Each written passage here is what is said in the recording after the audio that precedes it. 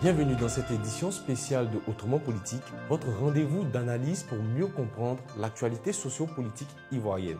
À quelques mois d'un scrutin présidentiel crucial, la société civile joue-t-elle un rôle majeur ou au contraire, est-elle un simple spectateur du processus en cours?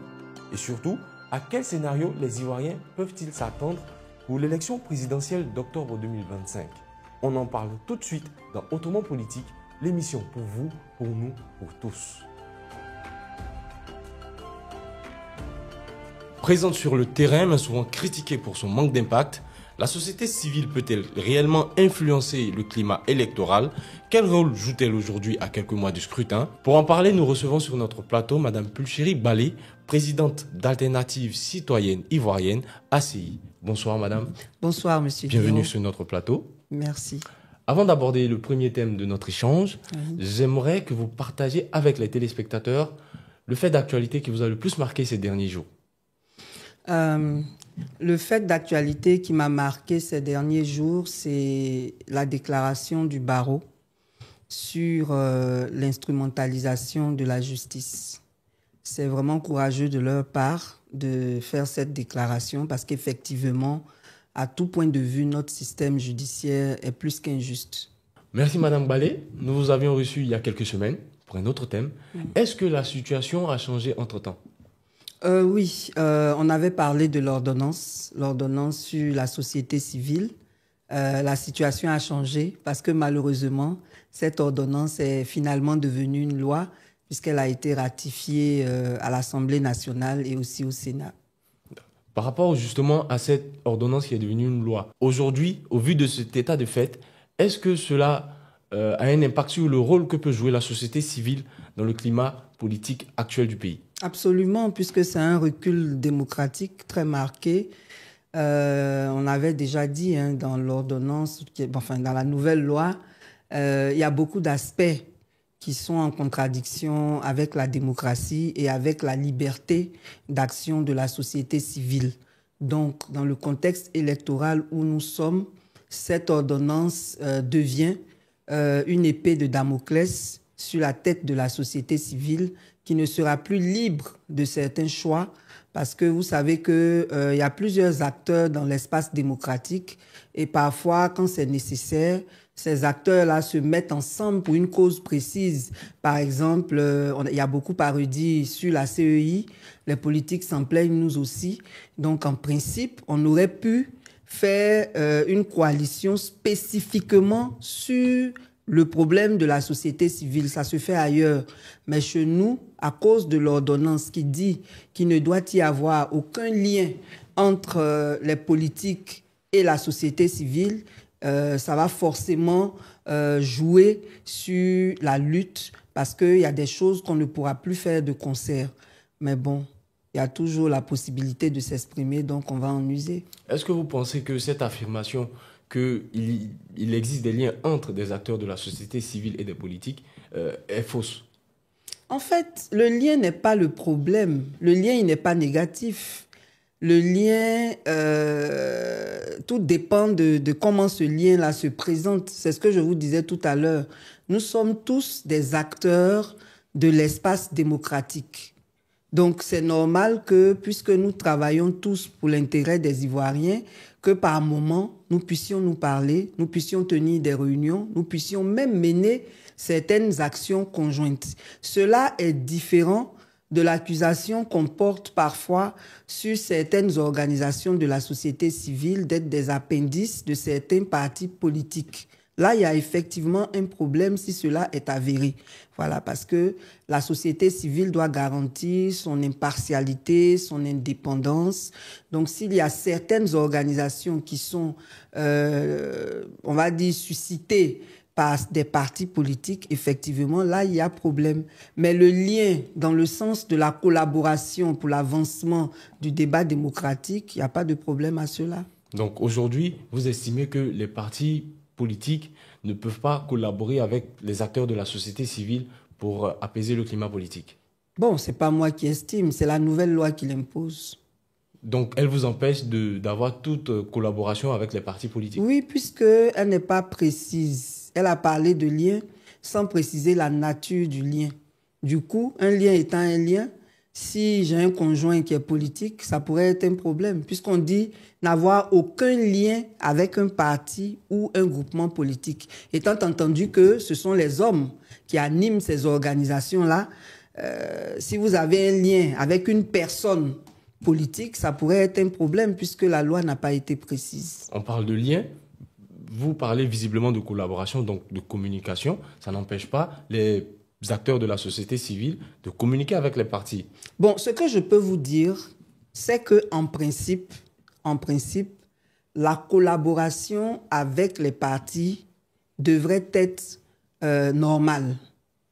C'est ce que j'expliquais tout à l'heure. Exactement. Voilà. Ce qui ne serait pas normal, c'est de faire des coalitions politiques avec des partis politiques. Par exemple, vous voyez, quand on crée des regroupements, normalement, une organisation de la société civile ne saurait être membre d'un regroupement. Par exemple, si moi, je suis membre de Cap Côte d'Ivoire, automatiquement, je prends parti. Puisque nous, on doit être impartial.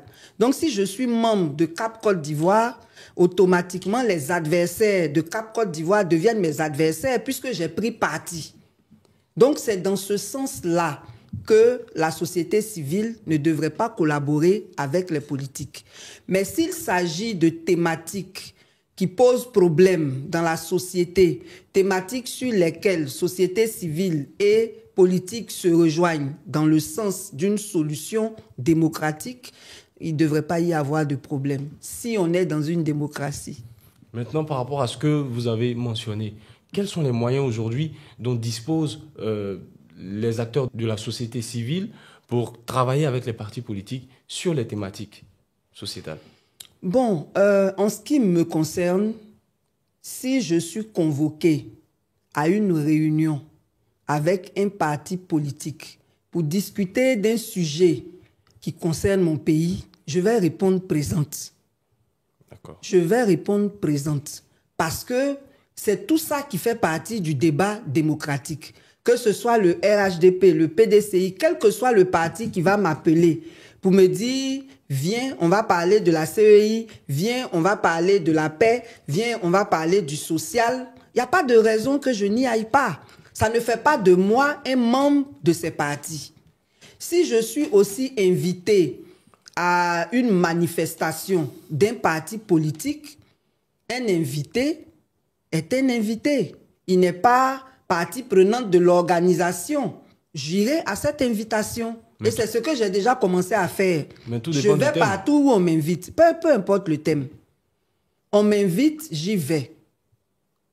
C'est pas moi qui organise, c'est pas moi qui oriente le débat là-bas. On m'a juste invité.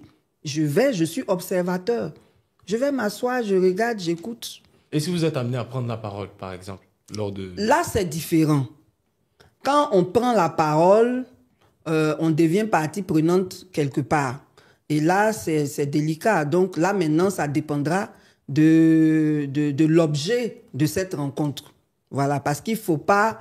je dis n'importe quoi, l'opposition se réunit pour contester quelque chose. Étant entendu qu'il y a l'ordonnance et que la société civile n'est pas empêchée, elle aussi, de s'organiser pour contester, en raison de cette affaire de lien, je ne peux pas aller participer à une telle activité parce que ça ferait de moi une partie prenante de l'action que l'opposition est en train de mener. Et je peux tomber sous le coup de cette nouvelle loi. Voilà. Mais si c'est des cadres de réflexion, c'est juste pour assister à quelque chose, il n'y a pas de problème. Ils n'ont pas précisé. Nous, on va nous-mêmes décider ce qu'on peut faire, de ce qu'on ne peut pas faire. Vous-même, en tant que figure principale de la société civile, aujourd'hui, quel est votre ressenti par rapport à la réalité à laquelle font face les acteurs de la société civile? Bon, moi, je pense qu'il y a beaucoup de personnes, y compris ceux qui nous gouvernent, qui n'ont pas saisi le rôle de la société civile. parce que on voit beaucoup de choses sur les réseaux. Et quand on analyse aussi les rapports de la société civile avec les gouvernants, on voit qu'on ne comprend pas ce que c'est que la société civile, quel devrait être son rôle. Et je pense qu'il faut beaucoup communiquer dessus. Donc, si vous permettez, je vais essayer de résumer un peu les choses pour que les gens comprennent. Dans l'arène politique, je dis bien l'arène politique, parce qu'il y en a qui pensent que la société civile, ce n'est pas la politique. C'est eux qui ne savent pas ce que c'est que la politique. Dans l'arène politique, il y a plusieurs acteurs. On a ceux qu'on appelle les acteurs partisans. Les acteurs partisans, c'est ceux qui sont dans les partis politiques. On a les acteurs idéologiques. Ce sont des acteurs qui réfléchissent à tout ce qui se passe dans notre société et qui apportent leur contribution en termes de réflexion et de proposition. Donc, tous les universitaires, les écrivains, les journalistes, tout cela, ce sont des acteurs idéologiques. Et puis, on a la société civile, qui est un acteur, on va dire, impartial, indépendant, qui joue un rôle d'arbitre. Et donc, nous, notre rôle dans l'arène politique, c'est de faire le contrôle de l'action publique. Parce que souvent, les gens disent, pourquoi on ne critique pas l'opposition? Ce n'est pas l'opposition qui gouverne. Ce n'est pas l'opposition qui décide. On doit s'adresser à celui qui décide. Parce que quand on parle, ce n'est pas pour parler dans le vent. C'est pour qu'il y ait des changements. C'est pour qu'il y ait des transformations. Donc, on s'adresse à celui qui dirige.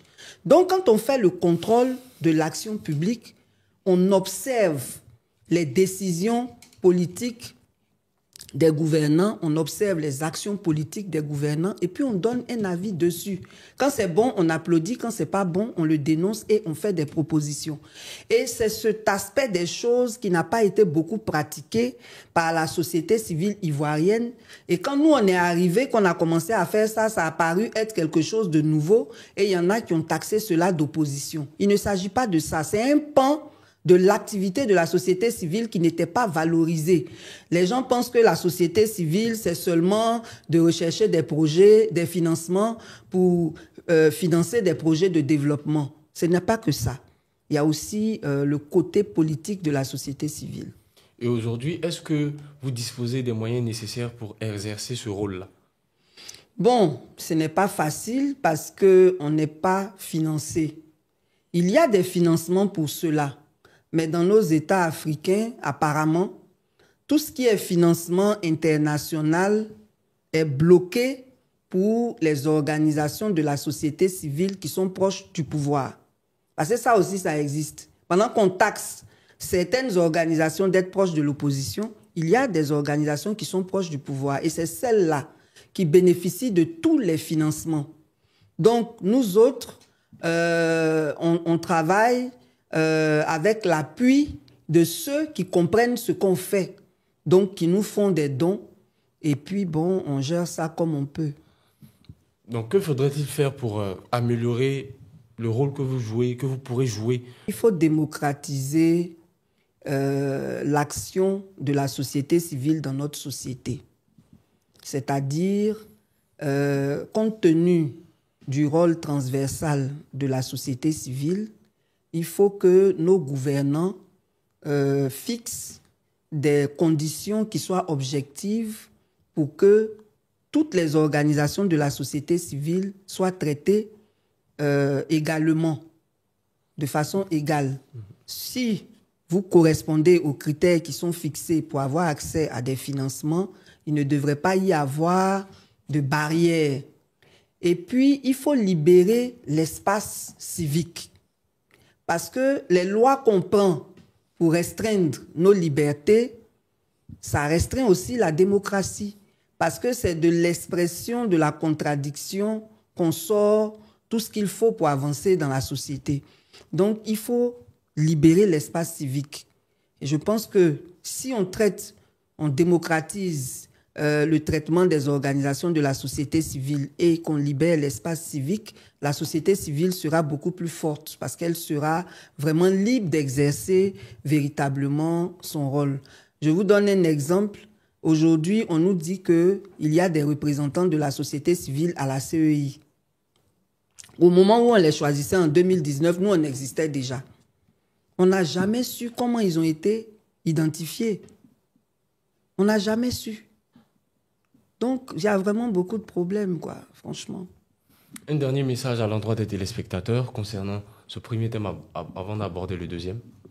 Concernant la société civile. Le rôle de la société civile dans le climat politique actuel. Oui, en fait, c'est d'encourager. C'est d'encourager. Chacun prêche pour sa chapelle. Hein. Autant vous, les partis politiques, vous cherchez de nouveaux militants.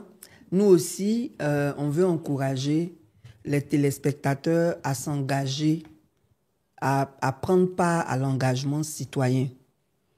L'engagement citoyen, c'est important parce qu'on ne devrait pas être dans la société et puis être spectateur, subir les décisions des autres. Il faut identifier une cause qui correspond à nos aspirations, à notre personnalité et s'y engager.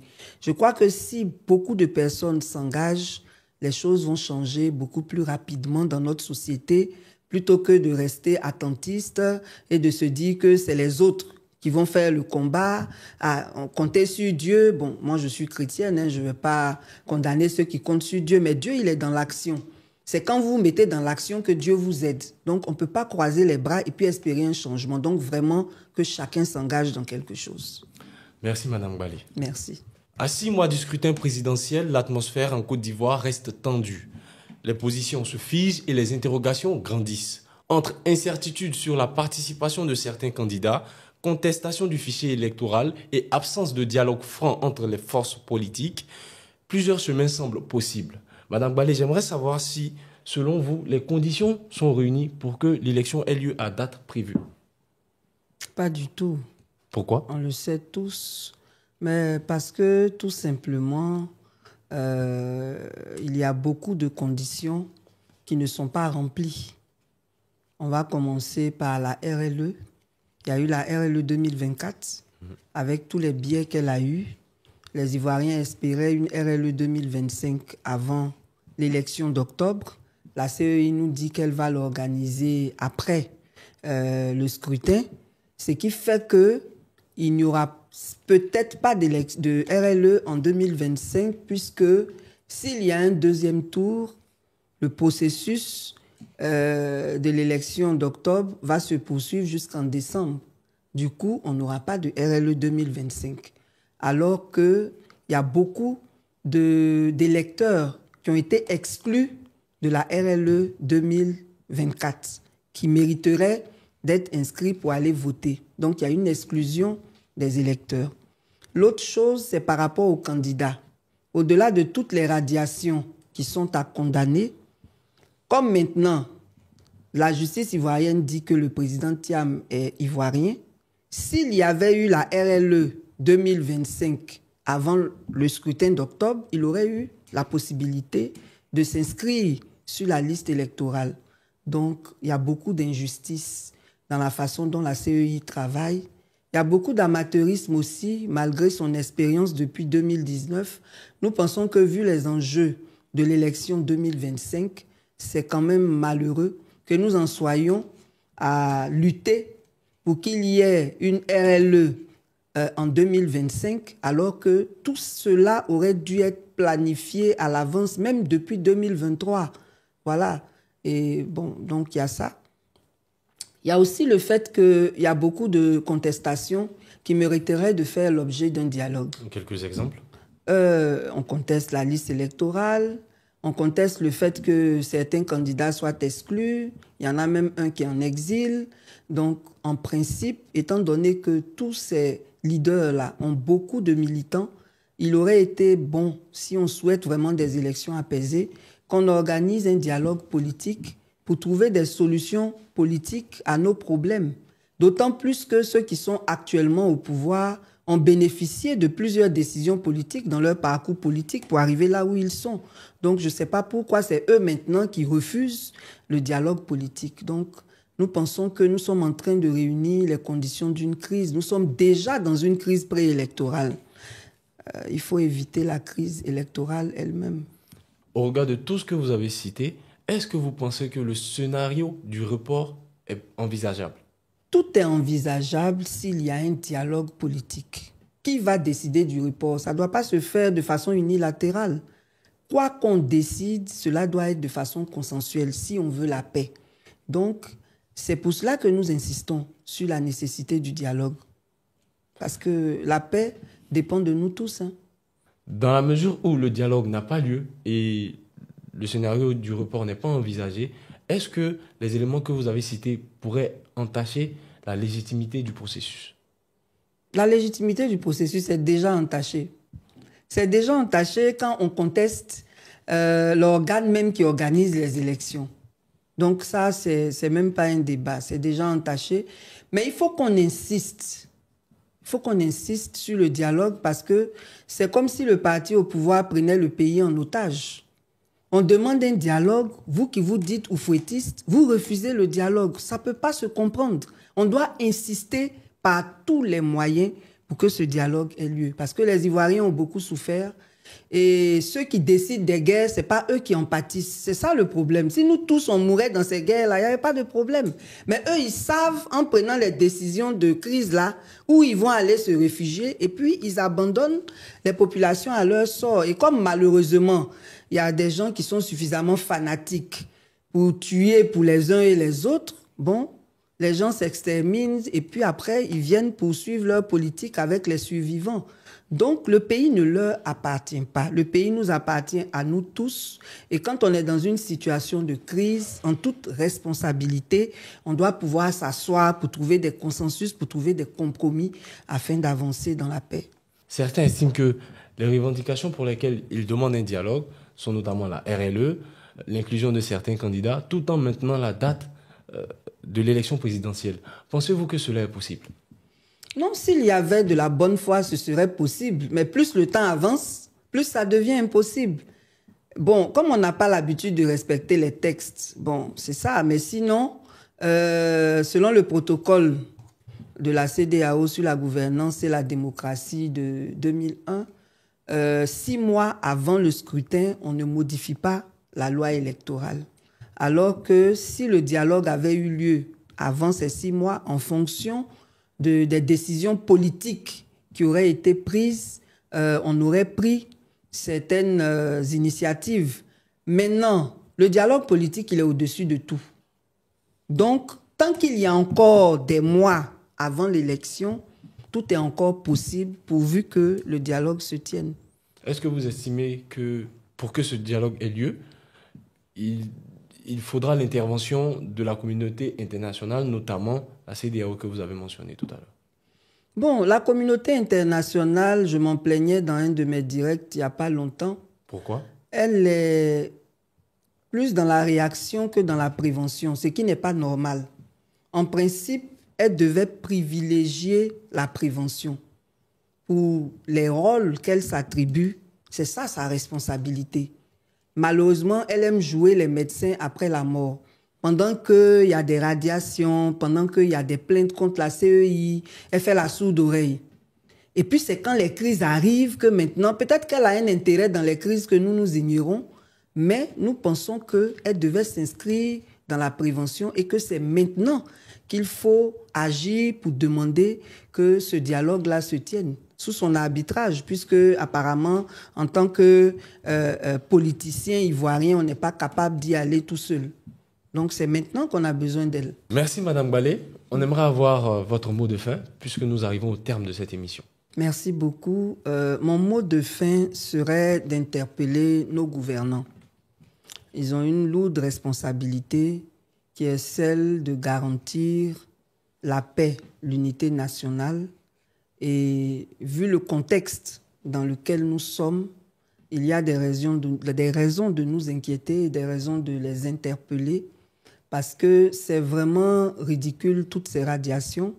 Ils ne donnent pas l'exemple en ne respectant pas les décisions de justice, en ne respectant pas les textes, en brimant les droits des citoyens. On l'a vu avec les syndicalistes récemment. Donc vraiment, il faut démocratiser la pratique de leur pouvoir. Il faut ouvrir le dialogue pour qu'ensemble, on puisse mener notre Côte d'Ivoire vers une paix qui soit vraiment durable. Voilà, donc leur responsabilité est très grande. Il faut qu'ils se remettent en cause et qu'ils soient courageux pour entamer ce dialogue-là qui est vraiment nécessaire à la paix. Merci Madame Balé. Je vous en prie. D'avoir répondu à notre invitation. Merci à vous très chers téléspectateurs de nous avoir suivis pour ce numéro de Autrement Politique. Nous vous donnons rendez-vous dans une semaine pour un nouveau numéro.